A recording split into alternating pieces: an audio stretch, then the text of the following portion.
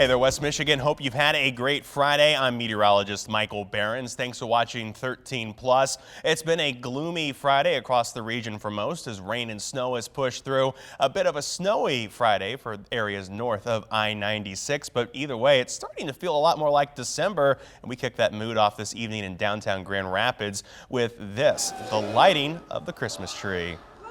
Boom. There we go. Crowd's excited. Lights are on.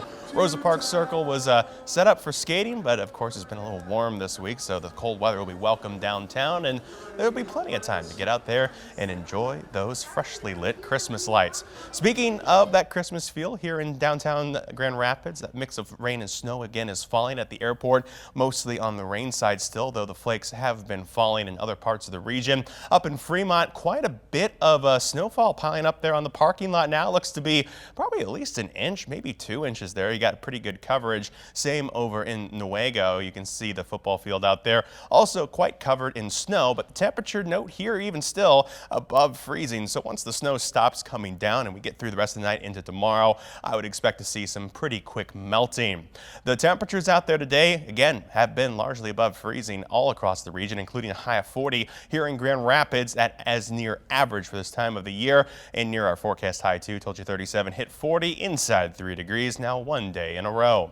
When it comes to tomorrow, I'll look for temperatures that are about the same as today. That's why 13 weather ball is lit up in green, but that weather ball blinks bright with more rain and snow in sight. The 13 weather ball is sponsored by LaFontaine Lincoln Grand Rapids. And those temperatures tonight, they will again stay for the most part near to above freezing. In fact, the coldest spot in West Michigan all the way up in Ludington, 32 degrees as of 10:47 with snow coming down. Snow in 34 in Fremont, snow 35 in Muskegon, and 33 with snow in Grand Rapids. Once you get down to 94, temperatures up close to 40. It's all rain for you guys on the southern end of the viewing area as we head through tonight. The rest of the overnight forecast looks to be a mix of rain and snow. We'll see those chances continue through about sunrise. Then it's done for at least a period of time with cloud cover that continues throughout the day on Saturday as temperatures push up toward 40. We'll call that overnight low here in Grand Rapids, 33. Again, with rain and snow mixing across the region. Saturday, cloudy skies, but no rain, no snow, up to 40, 38 for Sunday, and we'll kind of repeat this whole day once again with another mix of rain and snow that'll head our way. Here's the latest radar across West Michigan where we're seeing a lot of snow, a lot of rain, and really just kind of a lot of mess depending on where you're at. North of 96, this is again mostly where the snow has been falling. That's where some of those snowy web camera views came from. Once you move further south again, south of 96, it's pretty much all rain down in Allegan toward Hastings, Kalamazoo, Battle Creek, and over toward Van Buren County. That mixing line pushing its way through where it's been most of the night, which is here in Ottawa, Kent, and Ionia counties. You can see it now pushing south of 96 just ever so slightly. We'll watch that line again not really move too much as we head throughout tonight. We'll see more rain, more snow as we head through the next several hours. Again, there's more moisture back out toward Iowa that's tracking into West Michigan here. It'll be continuing to do so in the coming hours, so be ready for a slippery travel possible through the overnight hours. But again, the good news is unless you get up into these snow belts, most of the roads should be good because the temperatures do remain above that freezing point, but the snowfall rate up to the north does have some potential to coat the roads and make things a little bit slippery. As we head between now and tomorrow at sunrise, that's when we'll see the rain and snow come to an end. The cloud cover will still be out there as we head through the day Saturday, but we will be dry across the region. We'll change that pattern up once again, though, as we head towards Sunday. We see rain approach the region by sunrise. That'll, of course, mix with rain and snow by the time we head into the day on Sunday. Much like today, most of the snow will be up north of 96. That's where we could see some snow accumulation throughout the day on Sunday. Once you get 96 to the south, again, this is just going to be a rain event. Temperatures are going to be too mild across the region. As far as accumulation goes, potential out there tonight, mostly up to the north. Could see another inch or so as we head into Sunday. Again, may pile on another inch or two up in those northern zones, but it's going to be kind of a hit and miss kind of a thing, and something that'll melt too as it comes down with temperatures that'll still be near to above freezing. Here's temperatures for Saturday, hanging around in the 40s across West Michigan. Not a bad day for this time of the year, just kind of cloudy, kind of gloomy out there. We'll be in the upper 30s, near 40 for our northern zones, of temperatures around 40 from Grand Rapids down to Kalamazoo. 13 on your side, 10-day outlook.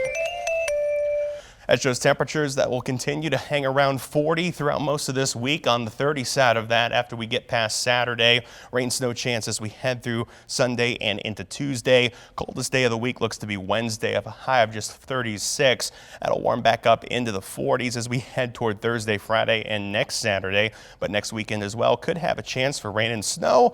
We'll keep an eye on it. Not totally convinced yet, but something worth watching toward the end of the forecast. And speaking of that snow, the Kent County Road Commission is certainly ready for it as we head into the weekend. Their crews have made the transition into their winter plowing schedule, with 40 people making the switch tonight so they can plow Kent County's roads around the clock. They say they're doing everything they can to keep the roads safe, but drivers need to be attentive when they're heading out. It's the motorist's responsibility to listen to the forecast, to get up early, have their car ready to go with a good set of tires, do everything they can do to help themselves. We can hear a forecast 2 or 3 days out, but it's really what's going to happen in the next 3 or 4 hours that is the most critical forecast for us. To have these trucks inside, be able to get people in a couple hours and get them on the road, that's the key. So we hear the forecast, we're switched into full winter operations, if you will, so we're just waiting for it to snow. And officials say it's important to keep in mind that light snow can be deceiving and that drivers still want to go fast on those slippery roads, which is not a good thing to do. It increases the chance for a crash. Of course, you can get the latest weather conditions by downloading the 13 on Your Side app. You'll find the forecast, live radar, and more. It's free to download for Apple and Android devices.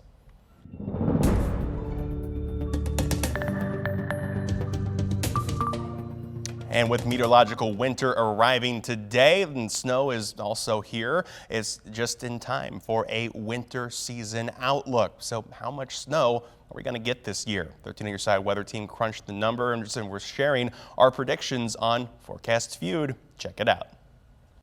It's time to play Forecast Feud with your host, Juliet. Welcome to Forecast Feud, everyone. Boy, do we have a big game on the line. What's at stake? The team with the most points gets to give this year's winter weather forecast. Yeah. So are we ready to play, everyone? Yes. We are. Yes. Right. Yeah, let's do it. Patty and George, come on down. Team Google it. Patty, how are you feeling? Oh my gosh, our team is all about the Googles. We got the fast fingers, and we are prepared to give George a lesson on weather. Are we ready? Yes. Yeah, let's do George, this. you have a lot of knowledge about this. Those are fighting words, but we have got a great team, and we're going to rock it, aren't we? Yes. First question of the day. What are the main influences on our winter forecast? I'm going to have to say, Juliet, El Nino. El Nino, George says. All right, everyone. George says El Nino. What does the answer say?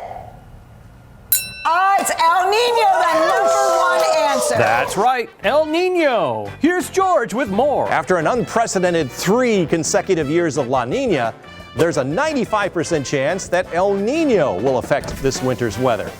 El Nino is when the Pacific trade winds along the equator weaken and allow the warmer sea surface water to move towards South America. This pulls the jet stream further south, keeping more of the precipitation along the southern United States, leaving the northern U.S. drier than usual.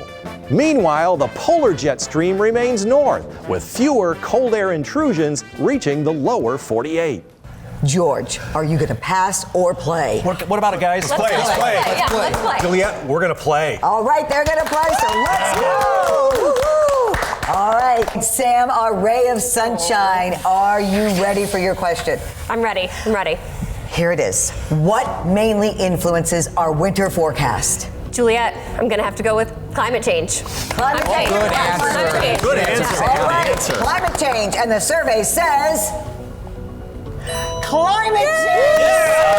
Good job, Sam. Right. Great. Climate change, a hot topic with Sam. Winters with the impacts of climate change are unlike anything you've ever experienced before. Grand Rapids has warmed by 5 degrees since 1970. Still keeping it cold, but not like the winters our grandparents experienced. Climate change contributes to less widespread snowfall, but because our lakes struggle to freeze over, we are seeing more lake effect rain and snow. And because of our warming trend, the window to enjoy winter weather is getting shorter and shorter. All right, 2 answers left on the board, Dave. What mainly influences our winter weather? Do you have an answer? Well, Juliet, I'm not even a meteorologist, so I don't even know why I'm exactly here.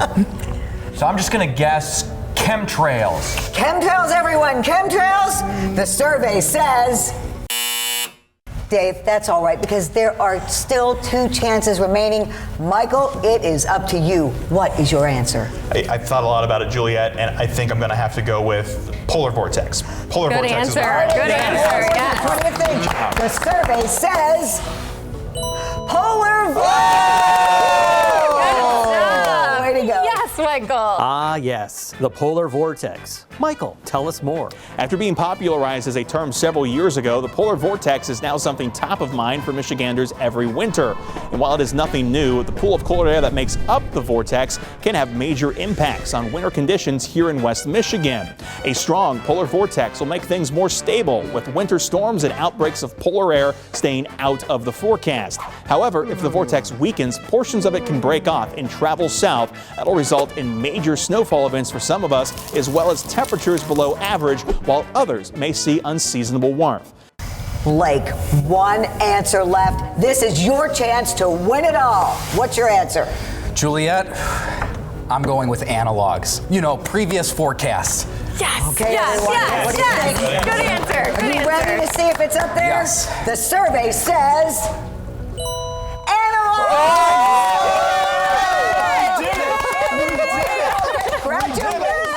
Analogs. Let's look back at them with Blake.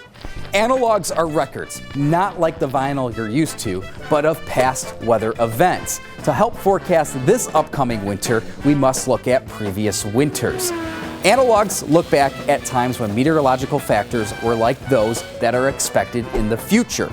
In our case, records of past El Nino winters can give a better understanding of how temperature and precipitation may behave this upcoming season. The 13 on your side weather team is right on target. George, come on down for some fast forecasting. All right, now, George, you have 20 seconds on the clock to give the 2023 winter weather forecast. Are you ready? Yes. Go. Well, you've heard about El Nino, climate influence on future winters from Sam. All right, Sam. Analogs comparing past winters from Blake. Way to go, Blake. And the polar vortex from Michael. Yay, Michael. Now it's time for the big reveal. The winter of 2023-24 is likely to be warmer than usual with less snowfall. That is something to celebrate. George, thank you so very much. That is all the time we have today for Forecast Feud, but be sure to go to 13 Plus for more winter weather information. Thank you, everybody. Good job. Come on.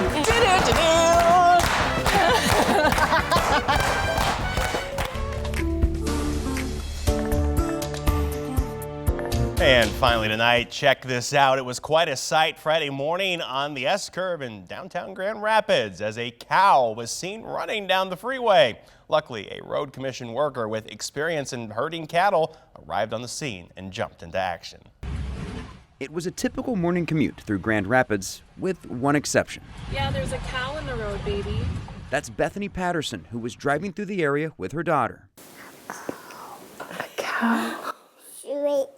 A cow on the street, yes. All of a sudden started seeing brake lights on the S-curve with the red in front of us and wasn't sure if it was an accident or what was happening. And then all of a sudden on my left side, I saw a black shape moving, and as we got closer, it was a big cow. Her first thought? Well, isn't this utterly ridiculous? I need to get moving. Yeah, it was crazy. Tom Murphy with the Kent County Road Commission also happened upon the scene. Well, holy smokes, there's a black Angus steer in the S-curve. They're like 700 pounders. The beefy bovine had escaped from a cattle trailer traveling through the area. There's a slide left to right door, and it slid open, and one of 6 animals jumped off. Thank God it wasn't all 6. With some assistance from another driver, Murphy was able to corral the cow and get it back to its owner. So myself and a flatbed wrecker worked together and commandeered the animal to the cement barrier wall right up to the cattle hauler. And it couldn't have worked any better. Fortunately, the cattle hauler that lost the animal stopped. Otherwise, we would have no place to go with it. My fear was that it was going to jump over the cement barrier wall into southbound traffic. Then it would have hit the fan. The stakes were high, but everyone was able to steer clear thanks to the quick actions of some unsuspecting cattle hands. I don't do a lot of cattle chasing with a pickup. It's maybe more with a four-wheeler. Really happy that the cow is okay, and we all just want a happy ending. In Grand Rapids, Jay Plyburn, 13 on your side. Well, I'm glad those drivers moved over because that was certainly not something you see every day here in Grand Rapids. And, well, I apologize for that pun. Now that you're up to date, by the way, on the latest 13 on Your Side forecast and our winter season outlook, you can always find more online at 13onyourside.com or by downloading our news and weather apps. For now, though, thanks for watching 13 Plus. I'm meteorologist Michael Behrens.